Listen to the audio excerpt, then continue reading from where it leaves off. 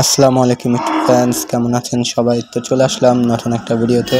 So আজকে আমি দেখাবো কিভাবে আপনার এনআইডি কার্ড বা স্মার্ট কার্ড হয়েছে কিনা সেটা কিভাবে জানবেন অনলাইন মাধ্যমে। সো আপনার স্মার্ট কার্ড বর্তমানে রেডি আছে কিনা সেটা দেখার জন্য গুগলে যাইতে হবে। গুগলে গিয়ে আপনার থেকে NID.gov.bd এটা লিখে সার্চ করতে হবে। তো NID.gov.bd লিখে সার্চ করার পরে যে প্রথম ওয়েবসাইট আসবে এনআইডি সার্ভিস, এখানে আমরা ক্লিক করব। এনআইডি সার্ভিসে ক্লিক করার পরে আমাদের সামনে একটা নতুন ইন্টারফেস চলে আসবে।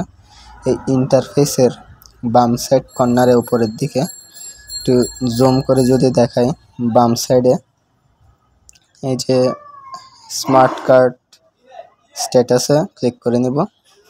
এখানে জাতীয় পরিচয়পত্র নাম্বার, আপনার যেটা আবেদন ফর্ম জমা দেওয়ার সময় একটা স্লিপ দেওয়া হয়েছিল, সেখানে ফর্ম নাম্বারটা এখানে NIDFN সহ লিখবেন।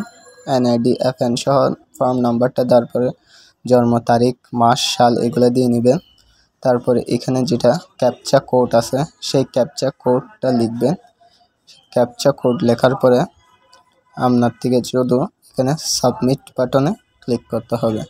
সাবমিট বাটনে ক্লিক করার পর আপনার স্মার্ট কার্ডের কোনো তথ্য পাওয়া যায়নি লেখা আসলে বুঝে নিতে হবে আপনার স্মার্ট কার্ড এখনও তৈরি হয়নি।